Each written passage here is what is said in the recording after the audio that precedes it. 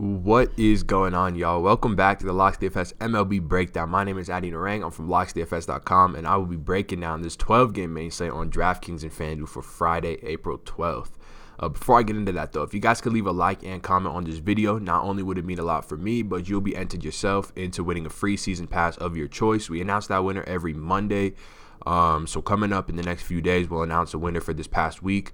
And we just pay attention to those of y'all that are leaving likes, leaving comments on the videos. And we just pick one of y'all for a free season pass. That comes with access to everything, including our private Slack chat, which has been of crazy value to members. So definitely, if you are a member and haven't reached out to us yet to get in on that, please do so we can add you to that. And if you win that free season pass, you'll just be getting that for free. If you guys do want to follow me on Twitter, you can do so at ReallyAddy. And if you do want to get yourself a pass to join the team, it's locksdfs.com/shop.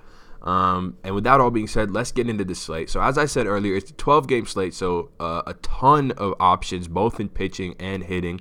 So I'm going to try and narrow it down to just a few of my favorite spots for bats and just a couple of my favorite pitchers. I'll leave the rest for the members. But I think this will give you guys sort of a good start as to where I'm looking and how to start your own lineups. So we'll talk about high-priced pitchers.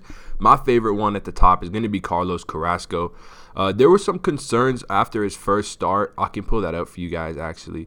There were some concerns after this start that something was wrong with him when he went 4 1/3 and gave up 6 earned runs with versus Minnesota. Then he bounced back, put up 30-plus versus Toronto, which is a real cake matchup. But he's got another one of those versus Kansas City. And the real concern with him in that first matchup was that his velo was down about 1.5 miles from 2018.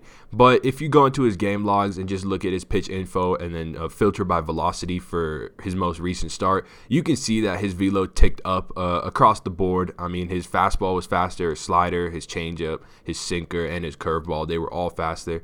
Almost 1.5 miles. You have them all rebounding right here. So he looks like he's good to go, and he's going to be just as dominant as he was last year. His numbers from this year are going to look a little bit skewed, so we'll go ahead and show you his 2018 numbers. 2.71 xFIP to righties, 3.09 xFIP to lefties. He's got an awesome matchup versus a very weak hitting Kansas City team that really doesn't have much power in it at all. A lot of their power hitters are high strikeout guys like Jorge Soler, Ryan O'Hearn, and Hunter Dozier. Even Lucas Duda, another high strikeout guy. They mainly get by on speed, but now Billy Hamilton got hurt, so he's out of the lineup. Just a bad lineup. So I think Carlos Carrasco, I'm going to have ample exposure to him as my high price SP1. And I think you guys should as well. It's also looking like it's going to be pretty chilly in Kaufman, so take that for what you will. Ball travels less in the cold. Scrolling down a little bit, though, another guy I like in sort of this mid to low price range is Drew Pomeranz here at 8.1K. Not too much of a sample size on him throughout 2019, only 9 innings, but he looks good and he's got some strikeout stuff. 3.16 xFIP to righties, 3.46 xFIP to lefties, and it's tough to take this with without a grain of salt, I should say, because of how small the sample size is. But it is backed up. I mean, his velo is up from last year. In 2018, he was throwing 89.3 miles an hour. Now it's up almost 2.8 miles an hour, which is something that you rarely see among starting pitchers. It's something that you should definitely take advantage of if you can be early on that trend of a starting pitcher with increased velo. And it's reflected in this team total, man. I mean, Colorado, like I said it before, I'm a Rockies fan. They can't hit anything right now. I had almost 100% exposure to Jeff. I did have 100% exposure to Jeff Samardzija. Last night, he put up like 28 fantasy points. I didn't feel great about Jeff Samardzija. I told members in the Slack chat, literally as I was making the play, that I'm playing Jeff Samardzija as my SP2.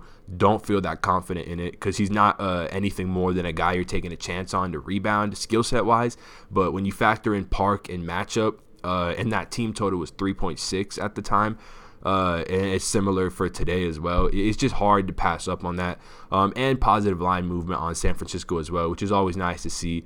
Chad Bettis on the other side. He's looking like he could be slightly more improved, but this massive team total in the San Francisco jump makes me feel confident in Pomeranz being able to secure the win if he can just pitch decently throughout 6-7 innings of work. So look to those two guys. There's a bunch of other options, so keep doing your research and you'll figure it out. Moving on to batters, though, there's one game in specific. Now, if I just scroll through the team totals, you could see that we got the Yankees 5.5 to 6, the Rays at 4.7, the Phillies are up 0.5 from 4.3 to 4.8, Red Sox up 0.6 from 5.9 to 6.5, 5.8, 5.3 in the Texas game. 4.9 for Atlanta, 4.7 for the Mets, 4.9 for Houston. It's a crazy, it's a slate that's full of offense. So I'm just going to focus in on one game, and that's going to be this Texas game. Really interested in a lot of pieces in this Texas game, not only because they're in great spots, but I believe they're actually quite underpriced as well. So I guess we'll talk about the Oakland side first. Drew Smyly, a guy that we don't, again, have a big sample size on. Last we saw him was in 2016, and he was just throwing meatball after meatball. Then he's been out of the league for a couple years. He's back in 2019, and it looks like he's throwing meatball after meatball again. 6.99 xFIP to righties, 6.96 to lefties. The hard contact is insane, 57.1% to righties, 50% to lefties, and it's just not going to fare well versus an Oakland team that hits lefties as well as this team does. Semien, Chapman, Piscotty, Davis, Pinder, Canna, Laureano, Fegley, all of these guys are positive splits versus lefties as opposed to righties, and most of them are great hitters versus righties as well, but all around they're elite hitters, and versus lefties all the more. So load up on this team. As you can see, their prices aren't outlandish. 4.2 for Semien, 4.6 for Chapman, 4.1 for Piscotty. Chris Davis only 4.9K after hitting 4 home runs over the past 2 days. Fairly affordable prices for these guys if you do pay down at your SB2 spot. I think you'll be able to get in most of them. And what makes this matchup all the more sweeter is the Rangers, 5th worst bullpen in the league by xFIP measures, 5.25 xFIP.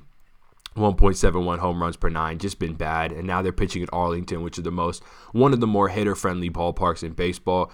And I'm assuming it's going to be pretty warm in Texas since it's April 12th. So definitely look to this game for some value. The Oakland side, I love it. And now we'll talk a little bit about the Texas side. Mike Fiers, we actually do have a pretty big sample size on who Mike Fiers is. And he's just a fly ball pitcher that the only time he's ever going to be remotely playable is when he's pitching in a massive ballpark so that those fly balls don't leave the yard, and versus just light hitting teams. But versus a power hitting team like Texas that does hit a bunch of fly balls, in a park like Arlington that's small and plays even smaller, the ball just flies out of Arlington. This is a spot that you're going to want to load up on Texas Rangers. 6.81 xFIP to lefties, 6.39 xFIP to righties. Hard contact rate, 50% to lefties, 35% to righties. Increased fly ball rate to both hands as well, 35% to lefties, 52% to righties. Obviously, very small sample size on all these numbers, but I could scroll through his numbers for the past 3 years and they would all look the same. It gives up a lot of hard contact and a lot of fly balls. So that's a lot. We want a ton of exposure to that. And so I'm going to be loading up on a bunch of these bats. And their prices are way, way too cheap. I mean, we have Rougned Odor at 3.8K. Shin-Soo Choo 4.2, Mazzara 4.2. One of my favorite plays on the entire slate is going to be Joey Gallo at 4.9K. I mean, the guy's just he is like the guy that could most well hit what Mike Fiers throws. He throws a bunch of pitches that you hit for fly balls. Joey Gallo just slugs fly balls. He's got a great eye, so he's not going to swing and miss. Or he's got an improved eye. He's going to swing and miss a lot because it's Joey Gallo and that's his sort of style. But he's got an improved eye this year. And Mike Fiers is not a guy that's going to strike you out, so you don't really have to worry too much about that either. And if you get Joey Gallo not striking out, putting balls in play, he's probably going to hit one for a home run. So love both sides of this game a lot. And both my home run calls are going to come from this side of the game, this game as well. Low price home run call is going to be Rougned Odor at 3.8K. I just don't think there's a way that I personally don't think there's a way that you don't even play him at second base. Second base isn't that strong today, and him sitting at 3.8, regardless of anything, is just way too cheap. So I'm gonna be way overexposed to him. And then my high price dong it's a hard call between Chris Davis and Joey Gallo. I feel like I've been riding Chris Davis too hard. I did call him for my home run call 2 days ago, and he hit 2 of them. So I do feel like going back to him. I'll talk about his numbers real quick versus lefties. The kind of knock on Chris Davis was that he was more of a reverse splits hitter. Couldn't really hit lefties. Through 22 at-bats, doesn't seem to be the case this year. He's got 7 hits, 318 average, and 5 of those 7 hits have left the yard, which obviously isn't going to be sustainable. I believe his home run to fly ball rate is like 45%. Yeah, but this isn't going to be sustainable. For a guy like Chris Davis's power, he could certainly sit in the 20s, which is great. And it's reflected in his numbers. 53% hard hit rate to lefties, 65% hard hit rate to 65% fly ball rate. So I am going to be way exposed to him as well. So for my high price call, I'm going to just go with both these guys, Chris Davis, Joey Gallo. I feel like both of them are going to hit a home run. Both of them have equal chances in my eyes. So I really like both these guys to go yard tonight. But with that being said, guys, thank you so much for checking out this video. I hope you did enjoy. If you did, please do leave a like and comment. As I said, it really helps a lot, and you'll be entered into that giveaway. I hope you guys win a ton of money tonight, and I will see y'all tomorrow. Peace.